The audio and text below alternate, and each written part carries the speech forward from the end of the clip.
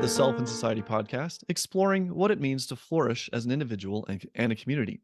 This is your host, Ari Armstrong. Please join Self and Society at Substack. Our guest today is Matt Zwolinski, professor of philosophy at the University of San Diego and the founder and director of USD's Center for Ethics, Economics, and Public Policy. Zwolinski is the co-editor of the Routledge Companion to Libertarianism, and he is the co-author with John Tomasi of the new book, The Individualists, Radicals, Reactionaries, and the Struggle for the Soul of Libertarianism. So this book pops on April 4th, so go ahead and pre-order your copy. I think we decided to release this podcast a little bit before the book comes out. So thanks a lot for coming on the show, Matt. I really appreciate your time. Absolutely. I'm happy to be here. So I'm going to set the stage here by reading my inscription from my copy of this massive book, Man, Economy, and State by Mr. Libertarian, Murray Rothbard. So You can see my July 1994. So I looked this up. This would have been Murray Rothbard's last summer conference. To Ari, for Man and Economy and Against the State. Best wishes, Murray Rothbard. Now, the date is somewhat significant because toward the end of his life, Murray Rothbard lent his name and credentials to Lew Rockwell's paleo-libertarian movement. And this is one of the things that you discuss in your book. So my first question is, are paleo-libertarians libertarian? And also this ties in to people in the know, is the Libertarian Party still libertarian? Or have libertarian leaders become, in the words of the lawyer Ilya Somin, a bunch of right-wing nationalist Twitter edgelords? It's a great question. And it gets at the heart of an issue that John and I struggled with a great deal in writing this book, which is just what exactly is a libertarian? How do we draw the boundaries around this hotly contested concept? And I say hotly contested because there's almost nothing that libertarians like to argue about more than who is and who isn't a real libertarian. And this goes in both directions. There are libertarians today who argue that paleo-libertarians like the late Rothbard and Lew Rockwell, and perhaps the Mises Caucus of the Libertarian Party today aren't real libertarians because they've given up on some of the core commitments of what they take to be the core commitments of libertarian cosmopolitanism, a kind of openness in terms of immigration policy, a broad attitude of tolerance towards various forms of cultural deviation. Some people see those as central to the libertarian framework, and so regard those who deviate from those ideals as non-libertarians in some ways. But I've been on the other end of that argument as well. And some people have argued that I'm not a real libertarian because of my various apostasies. I think that there's some room in a free society for various forms of redistribution. I've talked about the basic income a lot in some of my writings. Some people view the entire bleeding heart libertarian movement that I helped to start back in the 2010s as not real libertarianism. So there are controversies about these issues that in many ways I think are unresolvable. Libertarianism is not a natural kind of the sort that we can say with any kind of definitive answer to who counts as a libertarian and who doesn't. So the approach that we take in this book is to understand libertarianism in terms of a family resemblance. So it's not the kind of concept that we can define in terms of a neat set of necessary and sufficient conditions that are going to give you clear and precise answers to who's a real libertarian and who's not. Rather, libertarianism is defined in terms of a set of conceptual commitments. And you could be sort of more paradigmatically or less paradigmatically libertarian, depending on how many of those commitments you adhere to, the strength of your commitments to those different concepts. But because of the number of different commitments and because of the openness, I think, of those different concepts, or there's a lot of different ways that libertarian commitments to, for instance, private property, skepticism of authority, a lot of different ways in which those can be interpreted. And so there are a great variety of different forms of libertarianism that can emerge even from a shared commitment to those concepts. And so my that's a long way of getting to an answer to your question, which is, yeah, I think paleo-libertarians are libertarians. I think bleeding heart libertarians are libertarians. These are different interpretations of libertarianism. But that's nothing new. Libertarianism has been a hotly contested ideology from its very origins in the 19th century. And so the struggles that we see today to define what libertarianism is, that's not a departure from history. That's a continuation of history. And you've planted a lot of the ideas that I want to talk about over the course of our podcast episode. Just to set the context for listeners, you name the 6 markers of libertarianism as a couple you mentioned: private property and skepticism of authority, also free markets, spontaneous order, individualism, and negative liberty. So I'm sure we'll be talking about each of those as we go through. Even the private property, though, is somewhat contested in certain strands of libertarianism. But I wanted to go back quickly to the paleo-libertarians. To me, the so-called Mises Caucus is a grotesque mistreatment of Ludwig von Mises's good name. I mean, this is the guy who wrote the book Liberalism. And it seems to me that the Mises Caucus is full of conspiracy mongers and Trumpist nationalists. So I think it's at least fair to say that Mises would not be comfortable with the quote Mises Caucus. Do you think that's accurate or fair? That seems to be probably correct. I mean, Ludwig von Mises is an interesting fellow. He did, as you say, write this book, Liberalism, which I think is a beautiful book. It's my favorite book by Ludwig von Mises.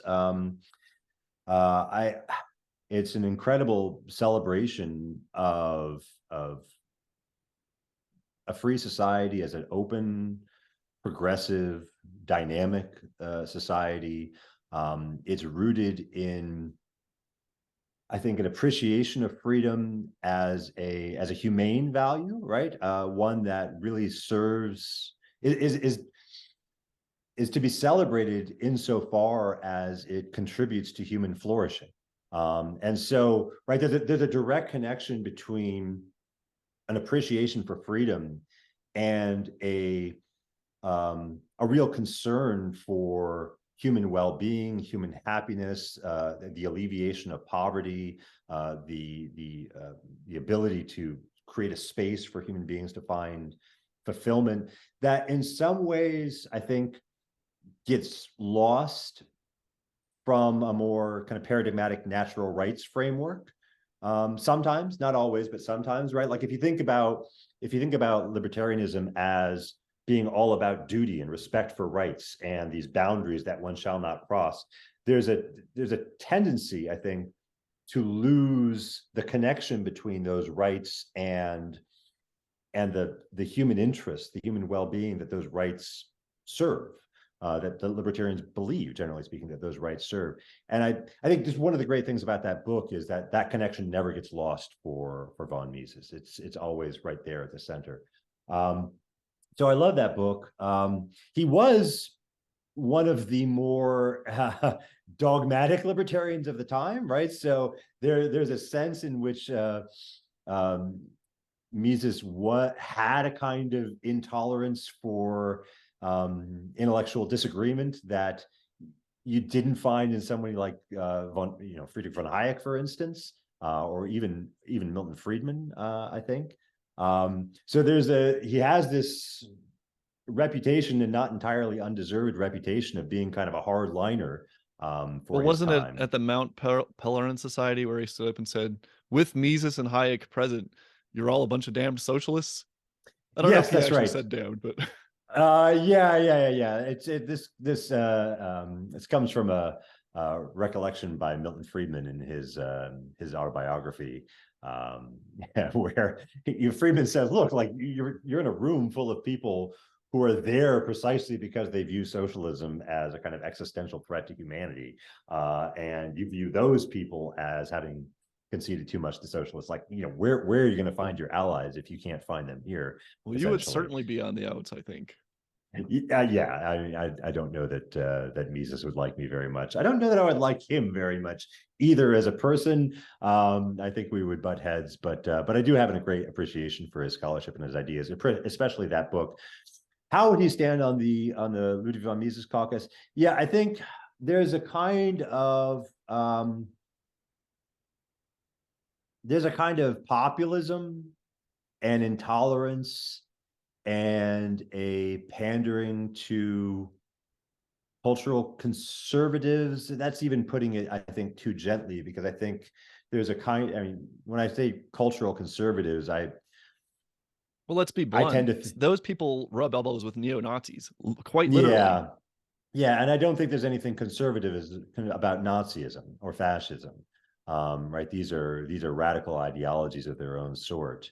And so I think conservative is too gentle and inappropriate a term for much of what's going on in the caucus. It's authoritarianism. It's kind of authoritarian populism, which we tend to put on the right side of the political spectrum when we're carving up the world, but it's certainly a far cry from conservatism and libertarianism. At the same time, right, they're basing what they do on an interpretation of core libertarian concepts, right? So these are people who purport to be taking ideas of self-ownership and private property very, very seriously. And I think you can see how they get from point A to point B. And they're not the first group in libertarian history to interpret those ideas in a way that leads to what I regard as a fairly intolerant and closed and non-progressive worldview.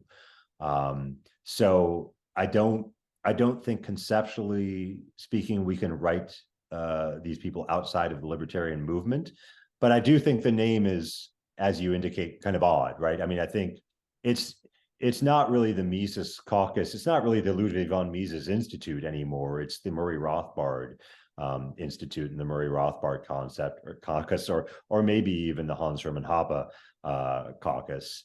I mean, the distance between Mises's ideas and where they've gone with his namesake is, I think, quite tremendous.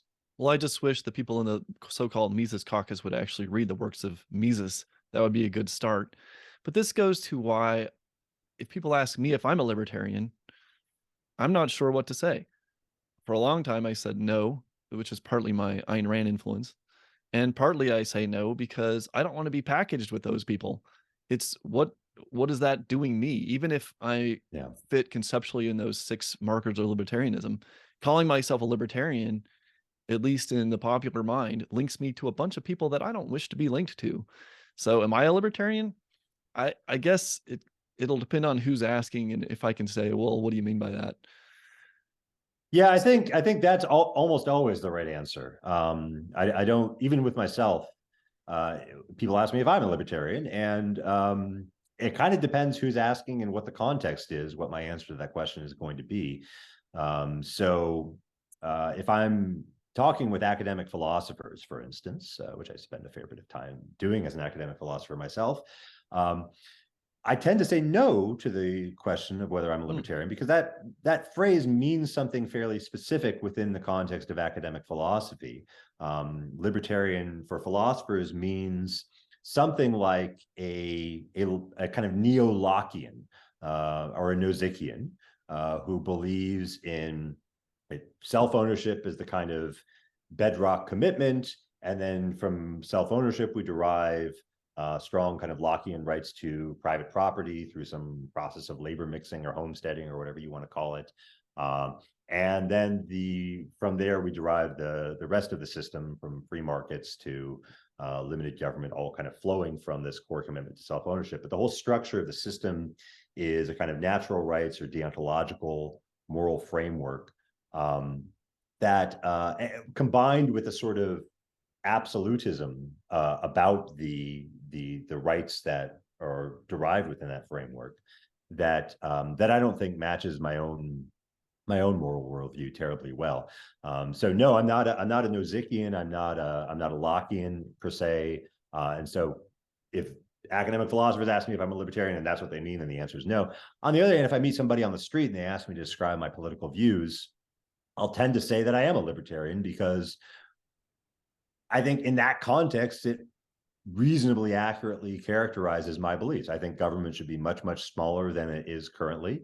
I think that it has no business doing a lot of the things that it does. I'm a strong supporter of free markets and individual responsibility and tolerance. And for the average Joe on the street, those are the ideas that are conveyed by the term libertarian. And so in that context, I think that's a perfectly appropriate characterization from my view. On Twitter, where right, libertarianism tends to mean right the libertarians who are most active on Twitter, which tends to be people who I, like you, would like to disassociate myself with.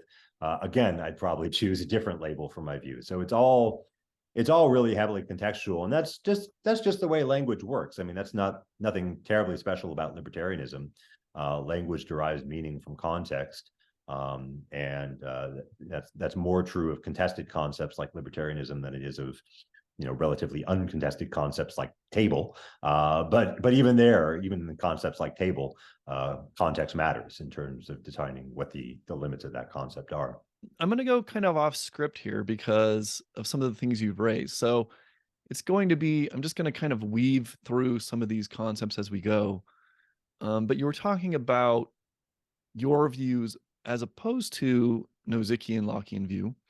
But yesterday I was reading your essay of a few years ago from the Independent Institute, which is available online, about the basic income. And in that essay, at least, you seemed very sympathetic with the Lockean view of property. And you were arguing that, well, if you really follow this view through to its logical conclusions, that would endorse something like maybe a basic income. So was that sort of a foil? You're like assuming if this is true, it still leads to my conclusions, or to what degree are you actually a Lockean in terms of your views of property rights? Yeah, I'm certainly sympathetic with a lot of the views developed by Locke in his second treatise on self-ownership, on private property. I don't know that I fully endorse these views, but I see the points he's making. I think there's some insights there. There's some value to what he's saying. Similarly, with the way in which those ideas are developed by Robert Nozick, I think there are some genuine insights there that anybody, whether you identify yourself as a Lockean or a Nozickian or not, insights that anybody really ought to take on board. So it's not that I reject these ideas completely, but I wouldn't go so far as to describe myself as a true believer either, right? So what's the basic Lockean idea, right? The basic Lockean idea is that individuals have this kind of special relationship to themselves, to their own physical bodies, that is distinct from the relationship that any other individual has towards their bodies. And he describes that relationship as a kind of ownership or property, right?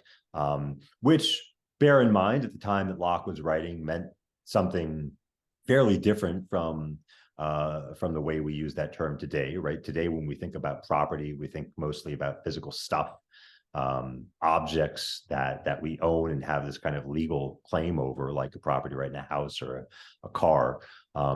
In Locke's time and in prior times and even up to the 18th, mid 19th century, property described a kind of proper relationship, right? To say that something was your property was to say that it was proper to you, it was propertas, right, from the Latin. To say that you have a property in your body, right, it means that the relationship between you and your body is one of propriety. It's a proper relationship. So you have a kind of claim over your body that others don't, and that seems absolutely right. Right, there is something special about the relationship between self and one's body. I mean, if you want to bifurcate it in that way, I mean, a lot of people will deny the bifurcation beginning and say that like you are your body, right? It's not really two things that are being connected here. It's one thing. But either way, right? There's whether it's a relationship of identity or proper connection, it's still something distinct and special that sets you apart from anybody else. So we start with that, right? There's something special about you and your body that makes it such that it's proper for you to control your own behavior in a way that is not proper for other people to control your behavior. And that's what we mean in a large sense by a property right. Like you have the right to control yourself in a way that others don't. You have a right to exclude other people from controlling you. And from there, Locke says, what follows? What follows? Well, I mean, if that's all you've got, then nothing much, right? Because if all you control is your body and you don't control anything outside your body, well, you can't really do anything. You can't eat apple. You can't pick an apple from a tree and eat the apple, right? Because we haven't said anything about who owns that apple. You can't even walk over to the apple tree because we haven't said anything about who owns the earth upon which you're trotting to get over to the apple tree. So if all you've got is your body, well, then you're just kind of stuck there immobilized and unable to act in the world. So we need to say something about the relationship between oneself and the external world. And here's where Locke tells this story about, well, you own your labor, as the labor that your body produces is also yours in some special sense.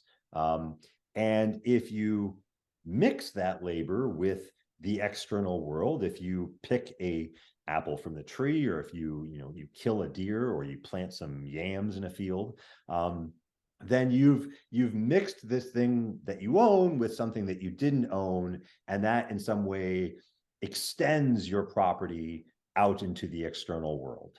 And so you acquire a property right in this stuff with which you have mixed your labor, and that then becomes yours as well. Here's where the story starts to get kind of problematic in some philosophical ways, right? I mean, so Locke presents this idea of labor mixing as a way of acquiring property rights, which sounds like it's a kind of metaphor, right? Like you're mixing your labor as though your labor is this tangible physical object that you're mixing with some other physical object. But of course, that's not exactly how the world works.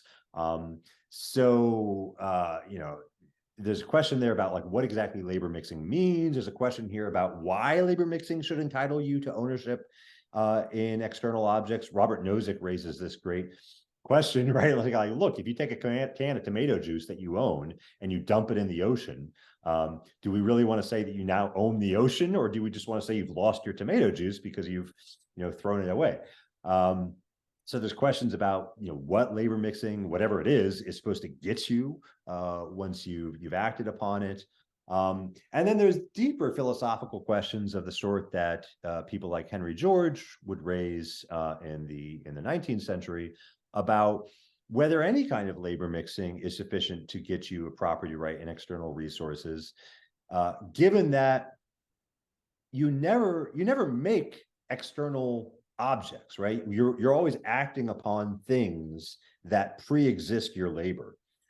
So if you till the field and plant some yams, maybe you own the yams that you've produced, right? That wouldn't have existed had you not worked on the field in the way that you did. But do you own the soil? Right, the soil was there before you ever soil was there before you ever came around. It would have existed whether you came around or not. So there's a real question there, according to George, of whether you can ever own what he called the land, right? Which I think he meant more generally to mean natural resources, sort of unimproved natural resources in general.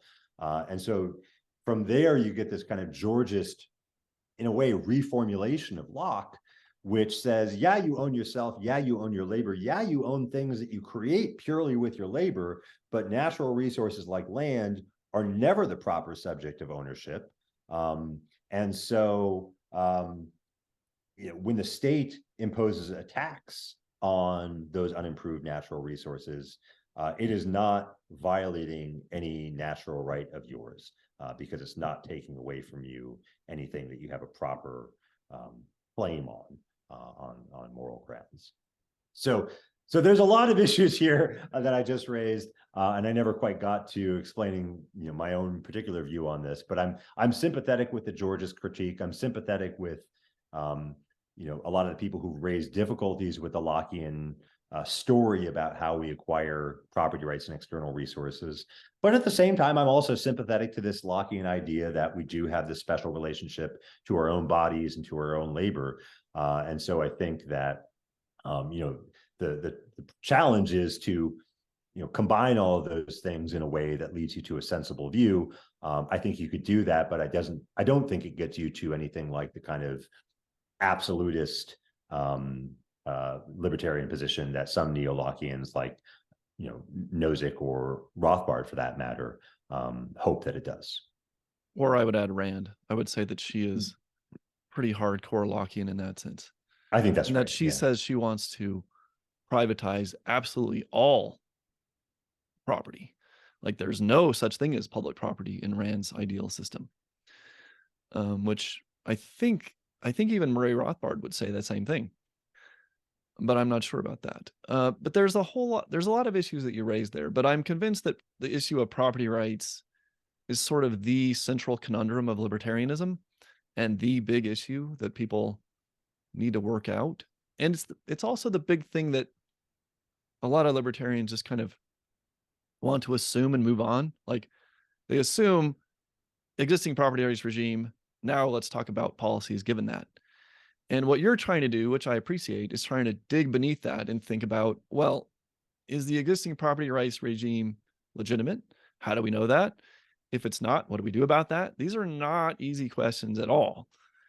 So on the identity problem, I just want to go through some of these issues you raised in a little bit more detail. Yeah. So a lot of objectivists will say, well, it doesn't make sense to say we have self-ownership. It is myself, and then I own other things. But there's clearly a sense in which I do own at least aspects of my body. For example, I think most libertarians would say, I have the right to sell my kidney. Well, then the kidney is separable from me in certain, I can get rid of my kidney and I'm still me, but I lose part of myself. But it is me and it isn't me at the same time in a certain way. So it gets to deeper issues of identity and what that even means, but we don't need to belabor that. But it's more complicated, I think, than some people initially think. Yeah, Dan, just on that point, Dan Russell, a philosopher at the University of Arizona, wrote what I thought was a lovely essay on the idea of self-ownership and what that means and the way it's been, in a lot of ways, misconstrued by academic philosophers. In the Routledge Companion to Libertarianism that I edited with Ben Ferguson. So I highly recommend that essay to anybody who's interested. And he's written a lot of other good stuff on that topic as well. I think he might have a book in the works on it that people should keep their eye out for. But it's a great essay, and he's one of the better people to have written on that topic, I think. Okay, good to know. And for listeners, I'll drop in pretty extensive show notes, so for references and links and such. Okay. So I like to think about property in terms of our hunter-gatherer ancestors. And I don't think anyone, even the most hardcore communists, would deny that if a band of hunter-gatherers goes out and takes down a buffalo or whatever it is, that is their property as opposed to external groups. They have some legitimate claim to that buffalo and the use of that product. Now you can get into the question of, it's usually a group effort in that context. So there's usually some sense of communal ownership within the group, but nevertheless, property rights within the group of that resource. They don't necessarily have explicit concepts for that. But certainly if somebody comes in and tries to take their buffalo, they're going to be a little disgruntled about that. So in that sense, they're defending their property. But that also raises a lot of important issues that you get into, because once you move from a hunter-gatherer society in which people are basically roving the countryside chasing after animals to then fencing off enclosed lots of land, that becomes a different story.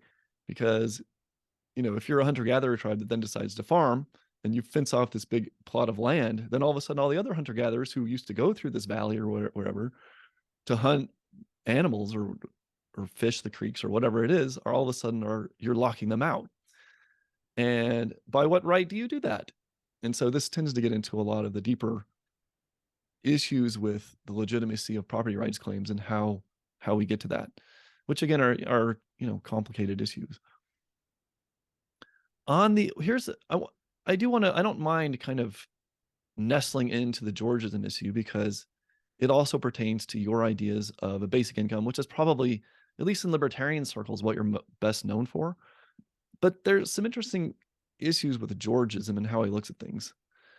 So, for one thing, it's simply not true that there's a given amount of land and that's it. So, if you look at old and new maps of New York City, Manhattan, there's a great deal of that island that is produced. I mean, they made the land. There's whole countries that have large swaths of land that were created by building seawalls and pumping the water out. I mean, my house is 2 stories, so whoever built my house, in effect, doubled the land area of at least on the footprint of the house. You build a skyscraper 80 stories tall, all of a sudden you have 80 times the amount of quote land, right? Walkable space, let's say. So there's a lot about Georgism that I think is too simplistic because it just doesn't look at it wants to separate production from the land, but that just seems untenable because people are literally producing land, are literally producing usable footage. And then you get to the issue of how much does the land actually contribute? So I think the idea is, we want to tax the value of the land. Well, what is that? If there's no house on my property, the value of the land is nothing, except insofar as somebody else thinks they can put a new house on. If you say you can never build a house here, all of a sudden this land is going to go for like a 20th of its quote market value. Can you be a modern Georgist, or have his ideas sort of been overtaken by history and the development of the Industrial Revolution and the fact that, I mean, now the big thing that we're talking about now is AI. These are things they cannot even conceive of back then. So in other words, production has hardly anything to do with the land you're standing on. I mean, it's required. You have to stand somewhere, but that's just like a minuscule part of total production. So how important are his ideas anyway, and how justified do you think that they are? How well do they hold up in hindsight, do you think? Yeah, I think they hold up fairly well. I think, which is not to say there's not some deep conceptual problems and practical problems in figuring out how to implement these ideas if one were so inclined to do so. But I do think the core insight holds up relatively well, and that's because I think it's based on a conceptually inassailable insight, which is that if we think not in terms of land, and I think this is a big source of confusion in thinking about George, which he furthered himself by using the term land. I think the right way to think about this is not in terms of land per se, but in terms of natural resources, which includes land, but also includes petroleum, right? Mineral reserves, things like that. Even the atmosphere, right? Even the ozone layer could be thought of as part of the natural resources, things that are physical stuff that's out there in the world that has some relationship to human well-being. All of that stuff is finite, right? So like there's only so much stuff in the world, in the universe. We can't create something out of nothing. All we can really do is reconfigure existing stuff in a way that makes it more or less useful to us as human beings. And I think that in itself is kind of a core insight of economics, right? That what productivity is about is not literally making things. It's about reconfiguring things, about making things more useful. And so this gets you away, once you get that, right, this gets you away from what I think is this kind of physicalist fallacy that dominated economics for centuries and centuries, which is that only labor can be really productive because labor is like making things, whereas entrepreneurs and arbitrageurs, right, these people aren't really productive because all they're doing is just moving stuff around. Well, once you get this insight, what you recognize is that everybody's just moving stuff around, right? Like that's all that productivity is. And so if you take water from someplace where it's abundant and you move it to someplace where it's scarce, you've created value. You've made the world a richer place by taking water that was relatively useless in one place and bringing it to some place where it's more useful. So I think, right, that's just an important insight, generally speaking. What does it mean in terms of this kind of Georgist argument? Well, again, there's only so much stuff in the world, right? There's a finite amount of resources. And so all we can do is kind of reshuffle those resources in ways that make them more or less useful. And so when you take land, right, like you're creating something, you're creating, and if you do something with the land, if you labor upon the land, if you till a field, for instance, or if you build a house upon a land, you're making that land more valuable, you're making it more useful, but you're doing that with things that pre-existed your labor, that you didn't create. All productivity requires as inputs things that are not themselves the product of human labor at some point in their history. And so I think what George wants to say about that is, okay, well, let's tax the stuff that is not the product of human labor, and let's not tax the stuff that is the product of human labor. And that would be a better system, both morally and economically, than the system we have now and the system that we had when George was writing, which is where the activities of government are funded on taxes that are based on human labor. It's better morally because we don't have that same moral claim over natural resources as we do over the products of our own human labor.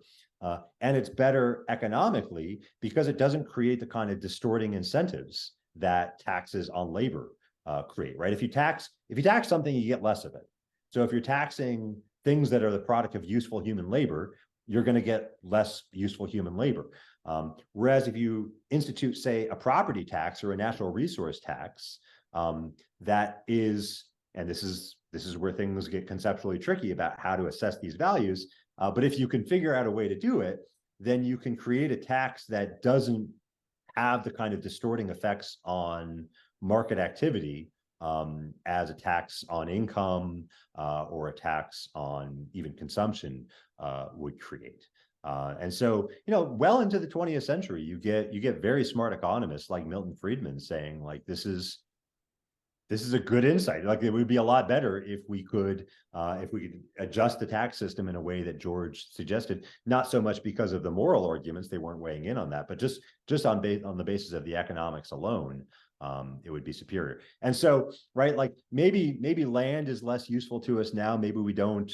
Maybe land plays less of a role in terms of its contribution to productivity. But other natural resources, like we still live in a world dominated by fossil fuels, by oil, by natural gas, and we can make the same kind of Georgist arguments about those as we do about land. And I think that's certainly still relevant if we can figure it out. So as an aside, the popular economics writer Noah Smith claims to be sympathetic to Georgism. So I don't know if you read his materials. Yeah, I follow him on Twitter. I think he's okay. I get a lot out of reading him. I don't always agree, but with everything he says, but I think he's an insightful writer. That's how I feel. So I want to push back a little harder on this idea of the contribution of, quote, natural resources. I think maybe Georgism seems a lot more plausible when we're looking at a fairly simple economy where land is obviously a major player. Like if you're farming the land, right, you drop the seed, you got to drop the seed somewhere, and the land is literally contributing to your crop.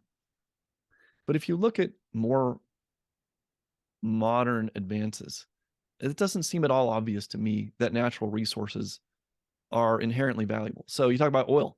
I mean, before they figure out how to convert oil to burnable, combustible materials or synthetic materials, it was basically a nuisance. It would well up from the ground. It's just like, oh, this is ruining the land. This is too bad. There's a bunch of oil here. So it's not even useless. It's worse than useless, like, right? It's a nuisance. So if you're converting a resource for something that's a nuisance, maybe you should get a subsidy for that instead of paying a tax on it. Some other examples: computer chips made out of sand. Not a lot of value in sand until you can figure out how to make computer chips or the like with them. Nitrogen from the air. There's a bunch of nitrogen in the air. Okay, not doing anybody any good. But once you get the process that you can convert nitrogen in the air to the kind of nitrogen that you can use as fertilizer, then all of a sudden we can feed billions of more people. So you're taking, again, something with not an obvious positive value and converting it into something positive. And it seems to me that this is the far more important aspect of production, and not this leaning on natural resources. It's not like we're coming to the world and the whole world is like a Garden of Eden and we're like walling off our little block of the Garden of Eden. No, we come in. I mean, you start from my hometown in Denver and drive anywhere across the country, and what you will see is mile upon mile upon mile of nothing. But it just seems like in today's world, a great deal of productivity is, yes, the central insight that we're still just reshuffling the aspects of the existing world is true, but the actual value we're getting from it increasingly has less and less to do with the natural resource part and has to do with the cleverness with which we recombine it. But it seems to me that pretty deeply undercuts Georgism, because the fact is that in today's economy, at least in our part of the world, Western Europe and so on, I mean, almost all of our GDP is related to the clever manipulation of natural resources, which would otherwise, absent that manipulation, be essentially worthless. I mean, do you think that that's a strong pushback, or is it ultimately going back to, okay, we can still tax it and work it out? I mean, I think I agree with everything you said, right? And I think what you said is not just right, but terrifically important. Right, what a resource is not itself a natural fact. What a resource is dependent upon, entirely dependent upon human ingenuity, right? A resource is something that we can use to improve human well-being. And what we can use to improve human well-being. There might be strict physical limits on the answers to that question, on the set of eligible answers to that question, but to a large degree, to an extremely large degree, it's dependent upon what we can figure out, right? And this is why some economists like Julian Simon call the human mind the ultimate resource, right? Whether oil is a pollutant or one of the most important substances on Earth depends on whether we're smart enough to figure out how to use it. So that's absolutely right. It's also true that ingenuity is limited by the availability of physical resources, right? So no matter how creative and brilliant the human mind might be, if you don't have physical stuff on which to operate, you're going to starve to death. You're going to die. Human survival requires both physical resources on which to act and ingenuity to figure out how to use those physical resources to contribute to one's survival and flourishing. Which of those two factors plays a bigger role at any given point in time in any given cultural context is going to depend on a wide range of factors, right? So, you look at a country like Saudi Arabia, which is one of the wealthier countries on the face of the planet. And you ask the question, why is it one of the wealthiest countries on the face of the planet? And the answer is not human ingenuity. The answer is essentially brute luck.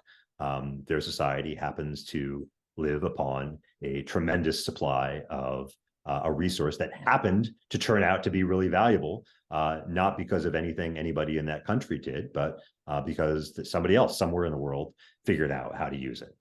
So they just kind of lucked their way into tremendous wealth. I live in California. Some would say house. Stole, but we can leave that aside. Sure. Right. Well, that gets to a different set of issues about property rights, which we can talk about as well. But just to continue the theme of ingenuity and luck and the different factors that contribute to luck. I live in a house in California that I bought when did I buy this house? I bought it maybe 10 years ago.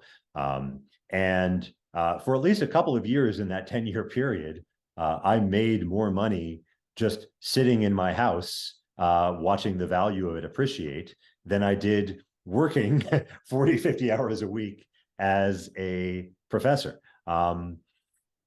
Not clear to me that there was any real merit or ingenuity on my part that justified that property increase. It seems like I was the beneficiary of a combination of natural and artificial scarcity at work. Natural scarcity insofar as there's only so much land in California and a lot of people want to live there. Artificial scarcity insofar as we have a lot of really terrible laws in California that limit the ways in which land can be developed to provide housing for people. And so this is all accrued to my own personal financial benefit. We've got a system that protects people's claims to property and natural resources, that generates what economists would today call a tremendous amount of rent seeking, right? So we collect rents, we collect returns that are above the level that would be generated by a perfectly competitive market, not because of any labor or ingenuity that we have expended, but simply because we control that something that's scarce. And so I think one of the things that the Georgist paradigm is trying to correct is that kind of rent seeking. It's like, okay, like we want people to benefit from their labor. We want people to benefit from their ideas, from figuring out how to use scarce resources more productively. But we don't want a system in which people benefit simply because they got there first and they're hanging on to something that is scarce and that other people could use just as, if not more productively. I think that's still an important insight that covers a lot of housing economics, that covers a lot of natural resource economics. Here's where I think libertarianism is really useful and really good, insofar as libertarians want to point out these facts of why there are housing shortages. And to me, the idea that there's some kind of natural limit is just pales in comparison to the fact that we are artificially limiting the supply of houses. Again, I mean, you can build a 1-story house or a 100-story house, right? One is like, just let's do the math here, 100 times more floor space, right? So right. when we're talking about that kind of productive potential, or even, I mean, there's a big difference between one single lot house and like a 10-plex or even a 4-plex, right? I mean, that's four times as much, right? That's a lot. That's a big deal. And that's what we're doing. We're a lot of geographic areas are limiting housing to large lots of land with one house for one household. And that's just not how a market would handle it, especially in these big areas like my area, where we're having huge housing cost problems. A lot of California, especially Bay Area, even New York, we all know the problems. I mean, there's people literally moving out of Colorado, the Denver area, because they can't afford to live here anymore. Well, to me, this is where libertarians can say, hey, let's look at all the ways that property owners are restricting the building of new housing in their areas. And that is a form of rent seeking in the bad sense. Here's what I don't like about this phrase, rent seeking, and I understand it has a technical sense, because it seems, at least when you get to the popular usage, it combines two things, which I would consider legitimately renting out your property. I mean, if I can legitimately buy a house, I can legitimately rent it out. There's no inherent problem with that. That's a lot different from using the force of government to artificially drive up the value of my property so that I can collect a higher rent. So there's rent seeking being applied to both of those things, which I think is a problem. I wish that we quote, had alighted on a better term than rent seeking to describe the political aspect of it, as distinct from what I would regard as legitimate renting of property, which you have to build. Like, it's not obvious to me. If you go to the effort of building a house, again, the land that the house sits on is, without the house, worth almost nothing. So almost all the value is the structure on the property when it comes to housing. So when we're talking about that, it just seems like, if I go to the effort to build a house, why can't I rent it out? That doesn't seem inherently unfair to me. Sure. I want to push back on another aspect of Georgism, since we're on this topic, which again, we've kind of settled into that, but I think it's really important. So there's some idea that the underlying natural resources, as distinct from the productive labor, again, I doubt that we can actually make those distinctions, but that part belongs to all mankind. So I want to also push back on the all mankind part of this, because do you literally mean every single person on the planet Earth? What happens when, you know, a new species comes to Earth and they're like, oh, by the way, what are you Earthlings doing, taking all the Earth for yourself? We want a basic income for our trillion people back home, right? Do you Right. mean for all time? Because that's going to put you into the effective altruism, long-termism, right? Well, we need to use our resources for the billions of people yet to come. That's way more important than the billions now. It's like you might have 100 times more people. So it seems like he's getting into a lot of conundrums that, you know, he wouldn't have had any reason to think of, but we've thought of since then. So let me run this argument by you, okay? Here's how I want to try to solve the Georges problem and the Lockean proviso problem. Going back to the hunter-gatherers, there are specific people using specific land areas, okay? Like you can go identify them. It's not hypothetical, you can go identify them.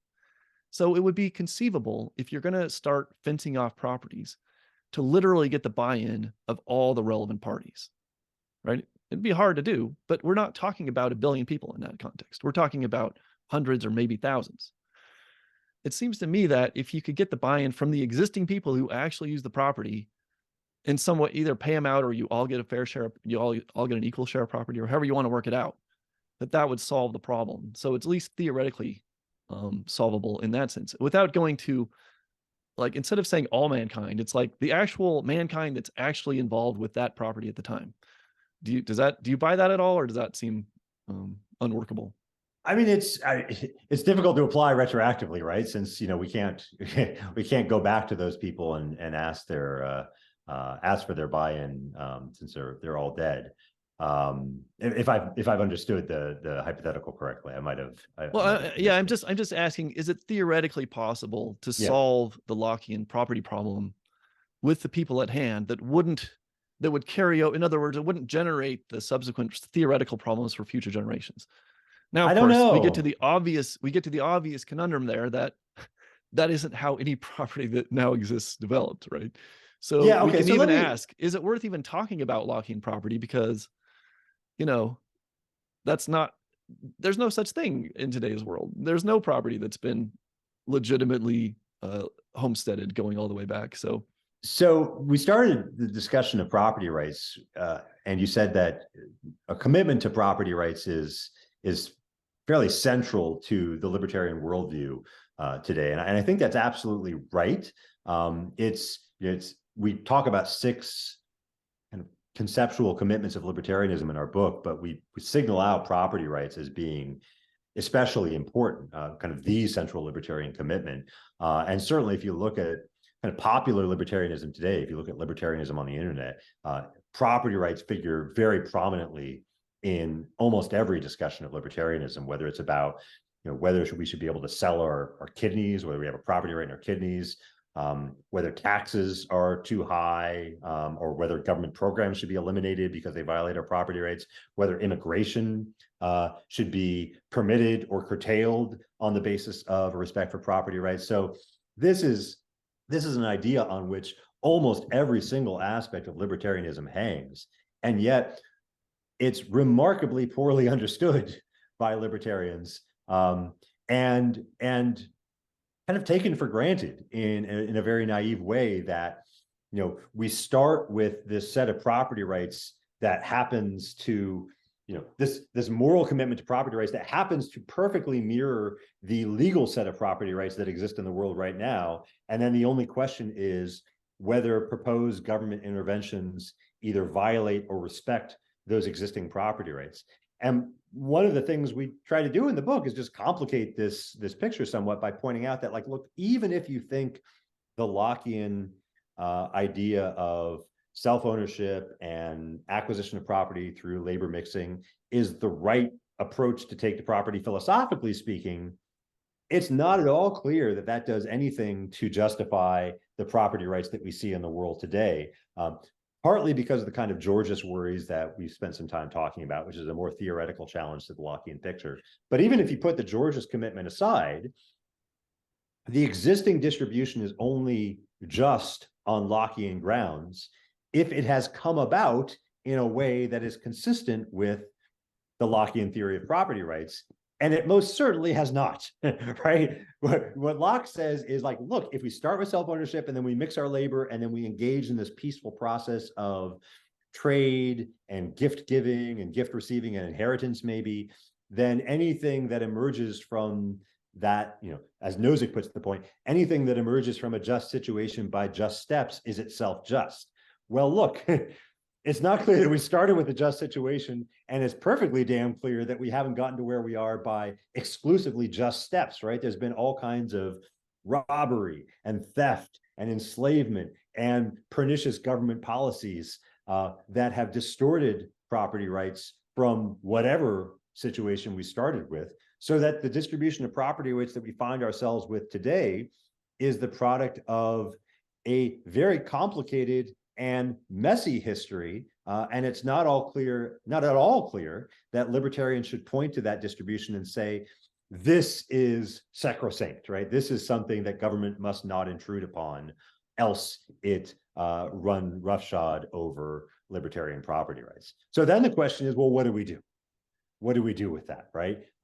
Given that the property rights that exist today and are reflected in our legal institutions have not come about in the right way, how do we fix that problem? Do we try to fix that problem even? Or do we just kind of wash our hands of it and say, well, I can't do anything about the past. Might as well start being libertarian, like starting right now. Which incidentally is the formal position of various libertarians, including von Mises, as I understand his work. Yeah, I mean, a lot of libertarians have taken that position. So, you could see why they might want to do that, right? So you say like, look, okay, so take just the American context for a start, right? So we have this distribution of property rights in the United States today, which includes property rights over money, property rights over land, property rights over, houses and things like this, right? Where did that come from? Well, a lot of it came from perfectly reasonable transactions, right? Like I bought the house from the person who owned it before me by paying them the amount of money that they asked for, right? And I didn't steal from anybody or defraud anybody. I worked hard for the money that I got. So all of that looks perfectly fine from a libertarian perspective. But if you trace the history back far enough, right? Like I live in California, like I said, how did that land first fall into somebody's hands? There was probably some shenanigans that took place, right? Somebody, I bought the house from somebody who bought the house from somebody who bought the house from somebody, but if you go back far enough, somebody got clubbed over the head. And so, that was a long time ago. That was, at least 100 years ago, maybe 150 years ago, maybe 200 years ago. And the person who did the clubbing is dead, and the person who got clubbed is dead. So how do we fix that? Can we fix that? Should we try to fix that? It's not at all clear that we can. And so some people want to say, let's just give up on the matter. But if you do that, if you take that approach and say, let's just start being libertarians right now and kind of forget about the past, then you wind up with what look like some real injustices in the world, right? Like you wind up with a situation where African Americans today, there's this immense wealth gap between the average African American family and the average white family in the United States. And a big part of that wealth gap has to do with injustices that were committed in the past, of the fact that Black families were essentially locked out of the American real estate market during a time where appreciation in real estate was one of the major drivers of wealth increases in sort of intergenerational wealth increases in American families. And African American families were prohibited by law from buying in the nice neighborhoods where property values were appreciating. So do we just ignore that and say, well, we'll start respecting your rights now. Sorry about the past, but like nothing we can do. Past is done. Or does that open the door for some form of rectification, of trying to make things right? If so, what does that process of rectification look like, given that it's almost certainly going to involve any process of rectification is almost certainly going to involve a form of redistribution that takes, whether directly or indirectly, takes wealth from people who've done nothing themselves individually to wrong African Americans, and giving it to people who themselves maybe haven't directly been wrong, but are kind of indirectly wronged insofar as their ancestors were harmed, and now they're less well off than they would have been in some hypothetical situation where their ancestors wouldn't have been wronged. All of this gets really, really complicated and difficult to solve. I really appreciate, and you have great discussion in the book about this. I recommend the book just on those grounds about the problems with libertarian conceptions of property rights. Yet at the same time, there's also a deep concern among free market types that just blowing up the existing property rights system completely is going to lead to disaster. I mean, true disaster that most people can't even imagine today because we take so much for granted. Well, and this gets to a real tension between two different ways of approaching libertarianism, right? So there's one approach which we might call kind of the deontological or the natural rights approach, where libertarianism is fundamentally about respecting people's rights, treating people as one ought to treat them. There's a different approach, right? The kind of utilitarian or consequentialist approach to libertarianism, where libertarianism is fundamentally about, in some ways, making the world a better place, right? Improving the human condition, improving human flourishing, making people happier. In a lot of cases, those two approaches mesh fairly well together, right? So, and libertarians like to talk about ways in which respecting property rights, right, treating people with dignity and respect, also, happens to make the world a wealthier and happier and more productive place. But this issue of property rights, I think, and the issue of specifically how we are to deal with historical injustice points to a situation where perhaps those two views come apart in some ways, right? So on the one hand, we want to do justice to people who have been wronged. And that means maybe engaging in a process of rectification, of redistribution that does hamper productivity, right? That does make the world in some ways less productive, maybe even less happier overall than it would have been.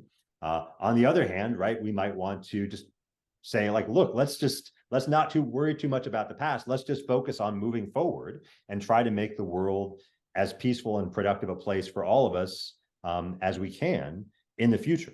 And so the question is, which of those two, and you can think about it in terms of kind of moral theories, right? Natural rights versus consequentialism. A simpler way to think about it is just about directions. Are we thinking about the past?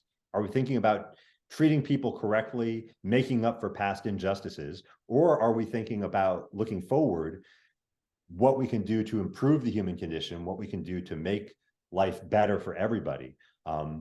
Which of those two perspectives is more fundamental to the way we approach political philosophy in general, or libertarianism in particular? They're going to, I think, point to different answers to the question of how we should deal with historical injustice. So most of the people who think we shouldn't worry too much about past injustices, though historically speaking, those tend to have been more consequentialist, more utilitarian libertarians, like von Mises, who was essentially a kind of utilitarian. My own philosophical mentor, David Schmitz, is kind of a consequentialist who says, like, look, that's the stuff about trying to right the world's wrongs back to the dawn of time. That's just irrelevant, right? Like, we're faced with a problem now of how to make the world a good place to live in. That's the problem we should deal with. I think I've got a lot of sympathies with that worldview, but this idea that we can just ignore past injustices is one that doesn't sit entirely well with me, or I think with a lot of libertarians' basic moral commitments. Well, I think that a person could make a pretty strong libertarian case that the best way to move forward for the people who were or whose ancestors were disadvantaged, like seriously due to unjust laws or unjust legal systems, that the best way for them to prosper into the future is to move ahead with a strong property rights regime that respects their property now moving forward, and gives them the best chance of moving forward. And even if other people are wealthier, perhaps due to partly to some past injustice, I mean, it's better for the person who has been done injustice in the past to be relatively wealthier than relatively poor, even if somebody else is even relatively wealthier. So that seems like people on the left are not going to like that argument, but it strikes me as actually fairly plausible. But then I wanted to ask you about this idea of, because we know we can actually point to people who are alive today whose ancestors clearly suffered profound injustice, right? And I mean, this is not a theoretical thing. I mean, it's pretty evident that they're going back not too far is some pretty profound injustices. I mean, decades, not centuries. Yeah. So, but I'm wondering if those kinds of concerns on your premises would better justify like a one-time or a short-term process of reparations, trying as carefully as you can to target those toward the people who actually are the present victims of past injustice, as opposed to a long-term forever program of a basic income.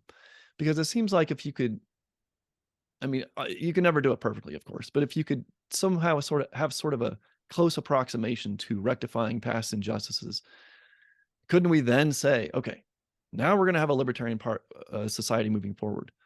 Why is that? It doesn't seem obvious why you wouldn't go with that rather than a basic income. Yeah, so I'm not sure that I don't think I would say that a basic income is justified on grounds of reparation primarily.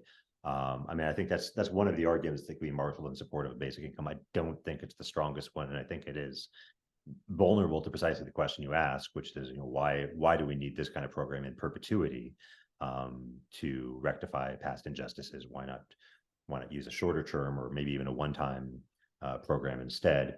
As for whether we could make rectification by means of a one-time payment, or say like 20 years or something, whatever it is. Yeah, well, I think maybe, right? I mean, it depends. It's not, it depends on what works, right? So, the point of rectification is to make the victim whole, right? To put the victim of injustice in as close to the same place in terms of well-being or opportunities or some kind of metric in that neighborhood as they would have been had the injustice not been committed. And I think for some kinds of injustice, a simple one-time payment might be sufficient, right? So, I mean, look, if I steal something from you, if I steal your TV, then the way to make reparation for that is just make me give the TV back and maybe some extra cash for your time and inconvenience. For other kinds of injustice, for longer term, more systemic forms of injustice, it's not obvious to me that that a simple one-time payment will work. Right, that it would suffice to make the victim whole. So if what we have done as a country to African Americans is to through a variety of policies to destroy the structure of the African American family, right? To kind of retard the progress that African Americans have made in terms of educational achievements by blocking their access to high quality schooling, and so on and so forth. If we've done these kind of systemic injustices, and then we say, well, oh, sorry about that, here's $50,000 cash, I don't know that that's going to fix the problem, right? The injustices, not all injustices are of the sort that can be fixed by a one-time payment. Maybe some kind of affirmative action would be a better fix. I'm not arguing that affirmative action is all things considered morally justifiable, but right, targeting some specific aspect of of a social problem, right, like access to education or access to healthcare or family structure, through some more narrowly targeted social program might might be a more effective means of reparation than a cash transfer. And it might be the kind of thing that requires time for it to work effectively, so that we can't just sort of do it and be done with it and then move on to our perfect libertarian society. Like it might take some work to fix the damage that we've done. It might take some time. One thing I wanted to ask you about is what you think of systemic racism as a concept. So, to my mind, the two most obvious candidates for what would be systemic racism are the drug war and, more broadly, criminal justice problems. I mean, just, we're going to enforce the laws only against Black people, not against white people in a lot of cases. Yeah. Incidentally, an aside for for listeners, I was once a Koch fellow. And what I worked on during that time is the sentencing disparity between crack and powder cocaine. And that was kind of my first real wake-up call. It's like, wow, the American criminal justice system is really screwed up in some really deep and fundamental ways. And so that was impactful for me, ironically, to people on the left coming with the help of some Koch dollars. Right. When it comes to like affirmative action, I have a 7-year-old, so I'm pretty interested in education. And it seems like in terms of, say, college admittance, affirmative action is not at the level of college, is not where we need to be looking. We need to be looking at educating the young so that they are highly competent by the time they get to the college age. And so when you look at just how bad, so the second thing, in addition to the drug war, that I would say is a great candidate for systemic racism is the poor quality of public education, especially for people who are less well off, especially for minorities. If you're a rich white kid in the suburbs, your public school is probably fine. If it's not, your parents can buy you tutoring or whatever you need. But there's a lot of kids who are, I would just say, they're not being educated. They're being warehoused. They're not being educated. So to me, that's like, okay, then I start to think that this idea of systemic racism has some legitimacy. So what do you think about the general topic and some of the specifics? Yeah, I think that's absolutely right. I think there's certainly something legitimate to the concept of systemic racism. I think it's something that libertarians sometimes struggle to come to terms with. We talk about race in the book, the chapter on the subject, and we frame that discussion in terms of the libertarian commitment to individualism, which in some ways made libertarians, especially, I think, progressive when it came to issues of race. We were in some ways ahead of the curve on issues of race, insofar as libertarians believe that we should judge people as individuals, we should treat people as individuals, that rights are a concept that apply to individuals and not to groups, whether they be nationalities or races or sexes. And so libertarians were among the most vocal critics of kind of racist imperialism in the 19th century. They were among the most vocal critics of American slavery. Many of the earliest American libertarians were quite passionately involved in the abolitionist movement in the United States. Libertarians were at the forefront of battles against sexism as well. There's a tremendous history of libertarian feminism in the late 19th and early 20th centuries. So I think this libertarian commitment to individualism made us kind of keenly aware of policies that denied rights to individuals on the basis of their group membership. But it also makes us as libertarians somewhat blind to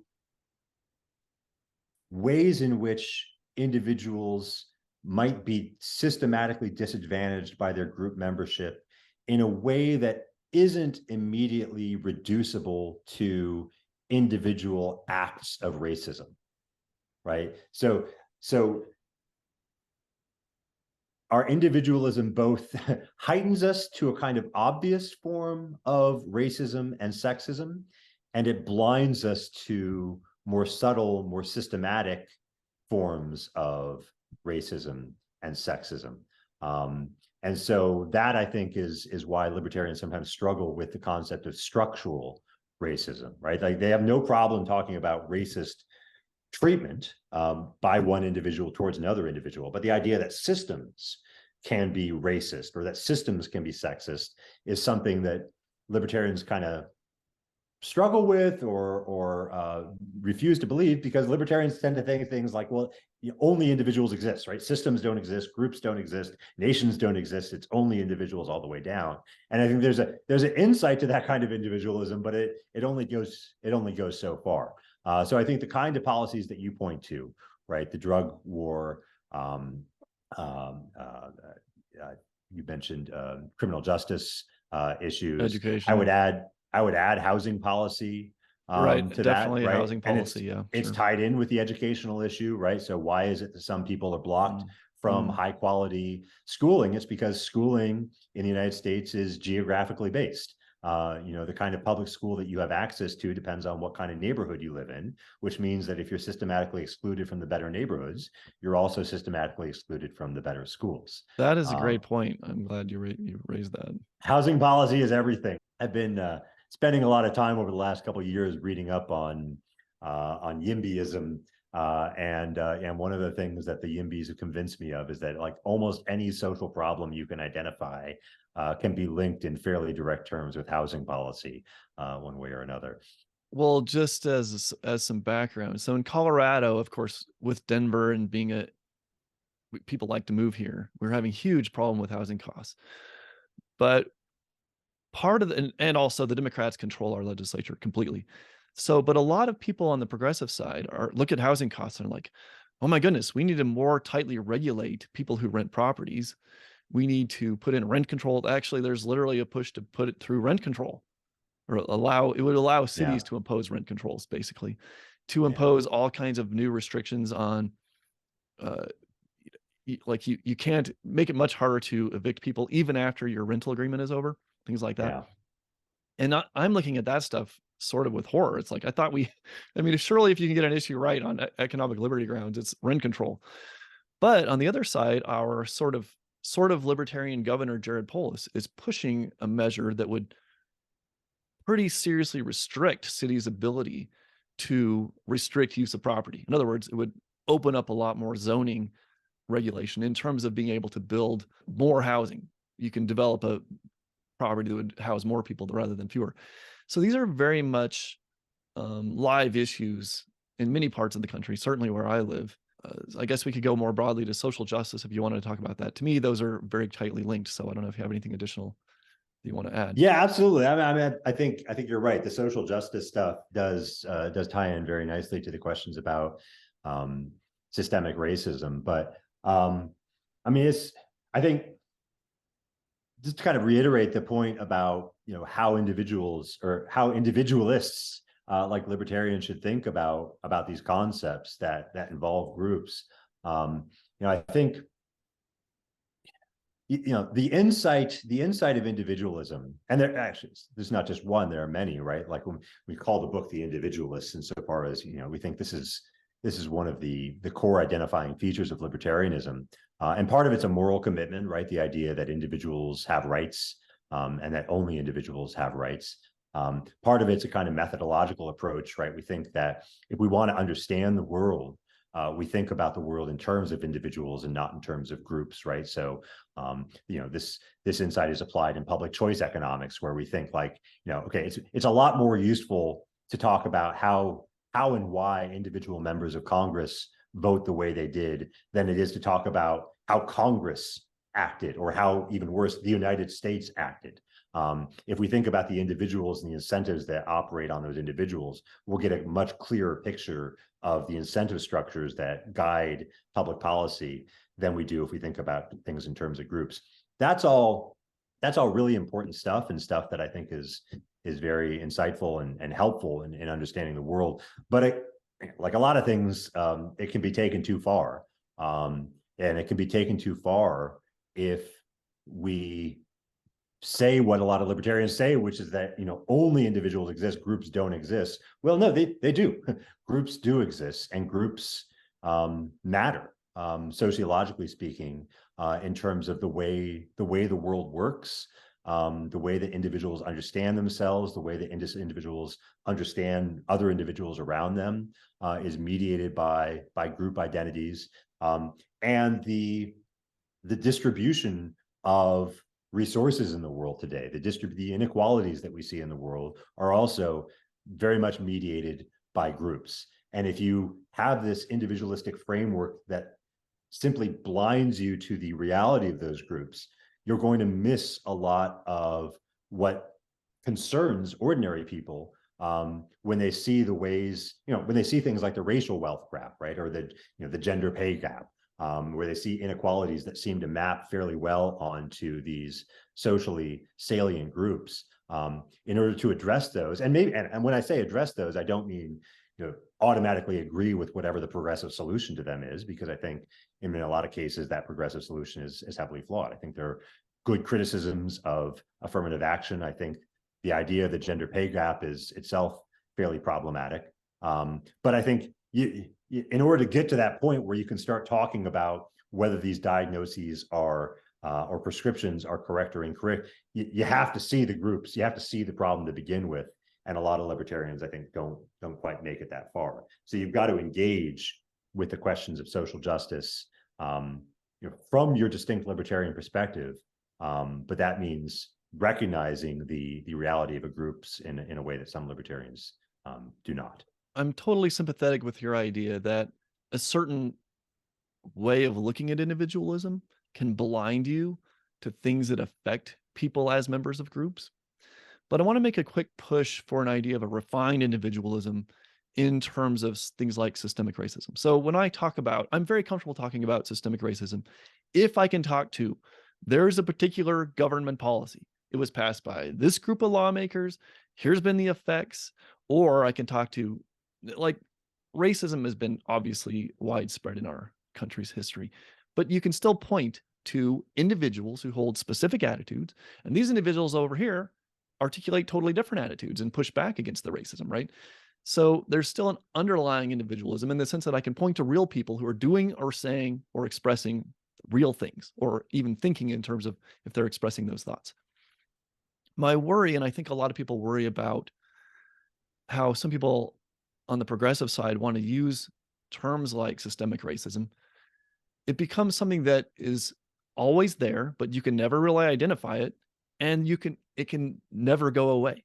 If you can't point to an actual specific problem, right? Oh, it's just like, oh, it's systemic racism. And then, you get the criticisms, is systemic racism in the room with you now?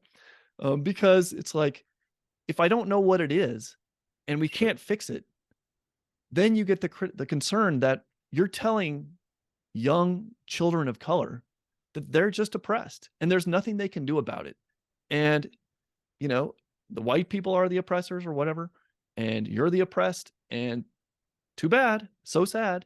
And that just to me strikes me as such a pessimistic and unhelpful way to approach the world. So I still want to have this underlying, I will call it a sort of individualism, and then I can point to actual people doing actual things that we can fix. Do you share these concerns, or do you think I'm looking for problems where they don't exist? No. I think it's a term that gets used in a careless and sloppy way in a lot of public discourse, and by people who should know better than to use terms in a careless and sloppy way, right? Like, I mean, it's one thing for people on Twitter to be using terms kind of carelessly. It's another thing when kind of leading scholars in the field use terms in a careless and sloppy way. And I think that is often the case in academic discussions, even of systematic racism. Its terms are not clearly defined, nor are the conditions specified under which systematic racism might be rectified, right? If it's a problem, then hopefully we would want to be able to identify conditions under which the problem could be corrected. Otherwise, it looks less like a a social problem than a kind of brute metaphysical fact of the universe, right? So I agree with you about that. And I think, you know, if the kind of reformed individualism that you suggest sounds correct to me, we want to be able to identify actions or policies that are you know, sort of leading us to make the claim that that racism or systematic racism exists. Whether those are always going to be kind of neatly reducible to the actions of individuals or not is another question, I guess, right? So, you know, one of the insights of libertarian social theory is that various phenomena can emerge from social actions in a way that is unanticipated and unintended. And usually when libertarians talk about this idea of spontaneous order, we talk about it to refer to good things that we like, right? So a coordinated market activity can emerge, right? Or market equilibrium can emerge out of individuals simply pursuing their own self-interest, none of whom are intending to create a market equilibrium or having any idea what a market equilibrium might look like. I think one of the more sophisticated ways of understanding systematic racism is a kind of negative analog of that, right? It's kind of negative spontaneous order, where you have individuals, none of whom might be acting in what we would identify as a directly racist way, and yet the unanticipated and unintended consequence of their action is a racist distribution. And the kind of classic example of this is Schelling's model of residential discrimination, where you have neighborhoods where you know, they're populated by a mixture of white and black families. And if you assign to the white families even a slight preference to live next door to other white families, you know, nothing on the level of like, you know, this person's a Klansman who wants African Americans deported or anything, but just a slight preference to live among other white families, and you run the model, right, where each individual, if there's, you know, you cross a certain threshold where there's too many black neighbors and the white neighbors leave and they move to a different neighborhood, you wind up fairly soon with highly segregated communities. And you can actually go to websites where you can kind of run this simulation of a Schelling approach, and you see how you start with fairly integrated neighborhoods and they become highly segregated over time. I think that's a really interesting way for libertarians to think about what systematic racism might mean. Right? You know, you have individuals acting according to non-racist motives, but you wind up with a situation that most people would describe as highly racially stratified, or maybe even as a racist kind of distribution of stuff, right? Whatever the stuff might be in a particular model. I guess something else we should probably talk about, I mean, we libertarians at some point, is sort of the Nick Christakis idea of social network effects and how we can be blinded to the ways that we're being influenced and influencing others. Because surely things like that played into the racist history of many pockets of America. And indeed, you know, we still have racist expressions in this country. It's not hard to find, even in our quote own movement. Yeah, sadly. Well, I wanted to hit you on another aspect of your basic income idea. I want to throw some Brian Kaplan at you. Okay. So arguably, from a libertarian perspective, the single most important and pressing social justice issue are the profound limitations on immigration. And so correspondingly, the most important thing we could be doing as libertarians is try to open up immigration as much as we can. I mean, we're obviously, for practical reasons, not going to get anything like open borders in the near future. But, you know, we make it really hard in this country, even for extremely talented, the most talented people in the world have a hard time coming here, which is just like suicidal at the national policy level, just as a like self-interest perspective, right? But if you look at this, I mean, as bad off as some disadvantaged people are in our country, I mean, there's a lot of people far worse off if you go to other countries. because of how dysfunctional their own governments are. Um, other issues like our drug war policy spilling over to cartel violence in many countries south of our border. So arguably the most important thing we could do is push for immigration reform so that people can move from really terrible conditions to radically better conditions and radically expand their productivity, these kinds of things. Now, how does that tie into basic income? Arguably, the basic income makes that strategy less likely, because then people paying into the basic income certainly aren't going to want to subsidize new people coming to the country. Now you could say, oh, well, we're not going to give them the basic income, but then are they paying into our tax system for our basic income? So how do you see immigration reform as standing alongside sort of like a welfare reform, or in conflict, or how do you view those issues? And how do you view generally the relative importance of immigration reform? Yeah, that's a great question, and I would tend to agree with Brian on this point, or with you channeling Brian. I think immigration reform is one of the most important issues facing us today, as people, but as libertarians especially. And it's one of, I think, those great issues where both the deontological and the consequentialist perspectives line up really, really neatly, insofar as, right, this is a human rights issue. This is just an issue of treating people with respect, of not coercing people, not initiating aggression against individuals. And it's also an issue that has the potential to make a tremendous difference in terms of human well-being and flourishing and economic growth moving forward. And both of those things point in the same direction. I think an open society would be one that is both more moral and more productive than a relatively closed society. How does that relate to the issue of the basic income?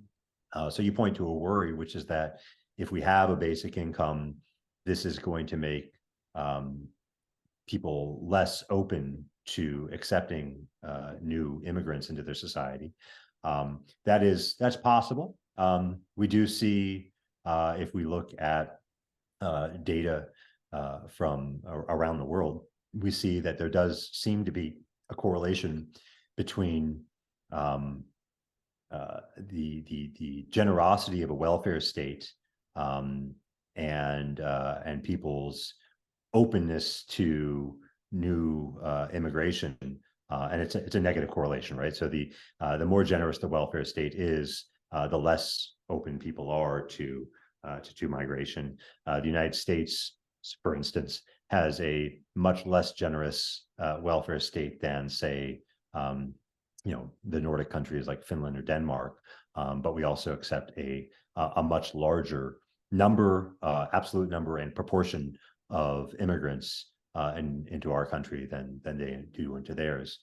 So that's an issue. I think that's quite important. I'm less sure whether it's an issue that's specific to the basic income as opposed to welfare programs in general, right? So, we have welfare programs in the United States right now. They're not a basic income, but we have other kinds of programs. We have, temporary assistance to needy families. We have, food stamps in the United States. We have Medicaid in the United States, right? So we have programs that redistribute income.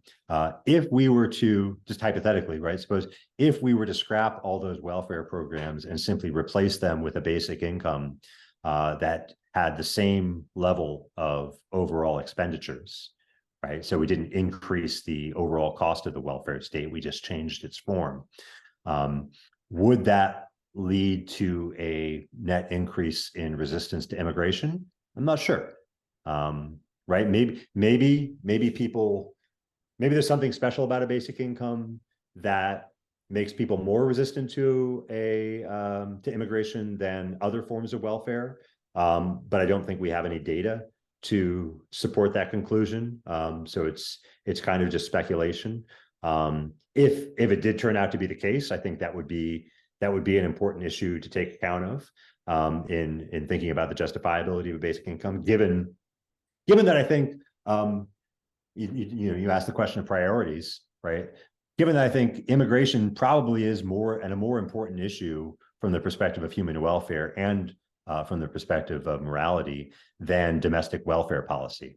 In other words, I think like just looking at it in terms of human welfare, I think the improvements in welfare that we produce by allowing people to move from poor countries to the United States is much, much, much greater than any improvement that we'll get from even a very well-designed domestic social welfare program. And it's generational, right? So, I mean, immigrants move here, they're almost immediately better off in terms of their access to labor markets, in terms of their access to, all the positive externalities that an economy like the United States generates. And then their children are even more better off. So this is a benefit that just keeps compounding over time. And I don't think you see that same kind of benefit from any domestic welfare program, even a basic income, that I would think is very good. So if the two really did turn out to be in kind of fundamental tension, that would give me significant pause in advocating a basic income. But I'm not sure that we have any more reason to be concerned about a basic income than we do about other forms of welfare. That was a great answer. Well, to me, I'm not sure about your arguments of the Lockean proviso, and I'm not sure about sort of the utilitarian moral arguments for a basic income. But what seems pretty clear to me is that you could get widespread agreement that a basic income as a replacement for existing welfare programs could be really, really beneficial. Again, if not as beneficial as open immigration policy, still like a really big improvement, because I mean, I don't even know what fraction of the welfare spending is just eaten up in bureaucracy. It's not trivial. So let's get that money to where it's actually doing some good and reduce the bureaucracy. And you say it's not a radical proposal in the sense of it's not theoretically radical, but it's radical in the sense that it would be pretty far reaching. I mean, I would want to put not only like public housing in that basket, let's stop building public housing and just give people money. Sure. I would put education in that basket. Privatizing education is a radical position. If you could roll that into the basic income issue as well, why do we need government doing schools? Let's just give people money, and then they can buy whatever education they want. Now that's so it's sort of taking the school voucher program just sort of one step further, right? So a school voucher is essentially like cash that you can only spend on one kind of thing, right? Whereas if you fold that over to a basic income, it's cash that you can spend on any kind of thing. And there might be good reasons in some cases for wanting to restrict people's purchase to one sort of thing, right? Like you might think there's a kind of principal agent problem involved in between parents and their children in some cases, right? So if you give money to the parents and hope that they spend it on their kids' education, maybe they will, maybe they won't. Good parents will, bad parents might not. Whereas if you mandate that the voucher can only be used on education, then perhaps that helps ensure that you'll get the outcome that you're looking for. I'm not sure, but that's even if you have these carve outs within a basic income, like this money is for such and such goal. It seems like such a better and less bureaucratic system to me that, if I could push that button, that's a button I push. Yeah. Even if I'm not sure about the welfare state in general, like we could have a relatively much better or relatively worse welfare system, and ours seems and the bureaucracy issue is very real. The main issue though is not cost with bureaucracy. So I mean, there is a cost involved in bureaucratic administration of the 100+ welfare systems we have at the federal and state levels. But the cost is drops in the bucket compared to the overall amount of money that we spend on programs like Medicare, for instance. What the real issue though is just the cumbersomeness of the bureaucracy. Especially, the costs are also in figuring out the system, getting the benefits. I mean, It's all the time you read tremendous. stories about like, oh, people don't even know about this program, so they're not signing up for it because it's just Yeah, the take-up rate on a lot of these programs is remarkably low. And having spent some time looking at these programs and what it takes to collect the benefits to which you're legally entitled, this is not terribly surprising to me anymore, right? I mean, there's a bunch of different programs. Each program you want to derive benefits from, you have to often apply to separately, which means you have a bunch of paperwork that you have to fill out. And the paperwork is about as easy to fill out as your federal taxes. So, if you've got it, I've filled out this paperwork to see what it's like. And it's not easy for me. And I'm, got a college degree, I've got a PhD. This is not super easy paperwork to fill out. So for somebody who doesn't have that kind of educational background, I imagine it's much more challenging. You have to make the time to go to these offices, right, and stand in line and wait, which if you're working at the kind of inflexible jobs that a lot of poor individuals have to work at, that can be very hard to do. How do you get from place A to place B? You have a card, you need to take public transit, right? It's a lot of work to collect these benefits. And it's not accidental. I mean, I think a lot of these programs were made difficult to qualify for precisely in the hopes that people wouldn't collect the benefits to which they're entitled. But I think a more transparent, less cumbersome welfare system would be better on many grounds. One of which is cost, but a lot of it is just making it easier for people to get the help that we're purportedly trying to give them. Well, I've been a slow convert, but I'm more and more starting to see the benefits of what you're proposing. I've got another book coming out in June on the basic income guarantee called Universal Basic Income: What Everyone Needs to Know. And it's a kind of question and answer book. I think there's like 60 or 70 questions about the basic income that we ask, and then try to provide brief answers to. I wrote this with a colleague of mine, Miranda Fleischer, who's a professor of tax law. So maybe we'll talk again in a couple of months about basic income after you've had a chance to look at that, and we'll see if we've finally pushed you over the fence. And on that topic, don't you have another book also coming out or in contract? There's a collection of essays on exploitation that'll be coming out probably 2024. Do you contribute to that, or you're only an editor? I don't think I have an essay in that. I'm trying to keep track of what I've got going on. But no, I think I co-wrote the introduction to that book with Benjamin Ferguson. But didn't write an essay. But there's a lot of really great essays in there, including one on left libertarian exploitation theory from my good friend Roderick Long, who's a terrific scholar of libertarian thought and just a terrific scholar more generally. So recommend that to you all. Well, we've been going on a fair while here, so there's a whole lot in your book that I wanted to talk about that we didn't get to, but that's okay, because I thought what we did get to was pretty interesting and pretty fundamental. So we did not get to Roderick Long and the left libertarians. We did not talk about Joseph de Jacques, the first self-identified libertarian, who most libertarians would not regard as libertarian, and I don't think I would either. We did not talk about the 1850s with Bastiat, Herbert Spencer, Gustave de Molinari. What else do we not talk about? We threw a whole bunch of stuff in that book. We didn't even talk about what most American libertarians regard as libertarianism in terms of the ideas of, we mentioned Nozick, we mentioned Mises, we mentioned Hayek, we mentioned Rothbard. I guess we mentioned the big players. I think we mentioned Ayn Rand, but not extensively. I was going to ask you if Ayn Rand's a libertarian, even though she says she's not. So I think the answer to that question is unambiguously yes. Unless you ask any advocate of Rand's ideas, then it's unambiguously no. Yeah. But, this is okay, because the goal here is not just to recapitulate the contents of the book. The goal is to talk, for me, was to try to push you on some of the controversial issues and see what you came up with. But people who are interested in these topics, I mean, look, it's a 400-page book, 300 pages plus 100 pages of notes roughly.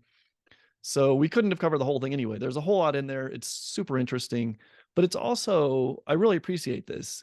For an academic book, yes, it has some length. Yes, it has like some thousands of endnotes, but it's very, very readable. And it's not just written in this turgid academic style that is like makes you want to beat your head against the wall. It's very pleasant to read. It's I would Thank even you. say fun, at least if you're interested in the topic. So I really appreciate your efforts to make it accessible and your editors. So that's nice. And I'll just leave for the listener, if you want if you want I think I can't think of a better introduction to the libertarian history and libertarian ideas in this book. Maybe there's one. If not, this is certainly one of the top few. So I'm just going to go ahead and call it the best. So if you want to know about these I won't ideas, stop you. pick up this book and read it. I found it really enlightening. Also, for people who think that they hate libertarians and libertarianism, I think might find a lot in this book that gives them pause, maybe gives them points of agreement, maybe some common ground. We'll see. Anyway, I hope it reaches a wide audience, but I think we're gonna wrap it up at that point if that's okay with you. Yeah, sure. I really appreciate those words, Ari. That means a lot to me. It's very, very kind of you. And I'm glad the writing came off as accessible and readable. It's certainly what we were trying for in this book. We want to take the conversation beyond the ivory tower, because we think there's a lot of people out there who are interested in libertarianism, either because they like it a lot or they think they hate it. And we want to communicate to those people and say, like, I think if there's one message to the book, kind of one overriding idea is that there's a lot more to libertarianism than most people think.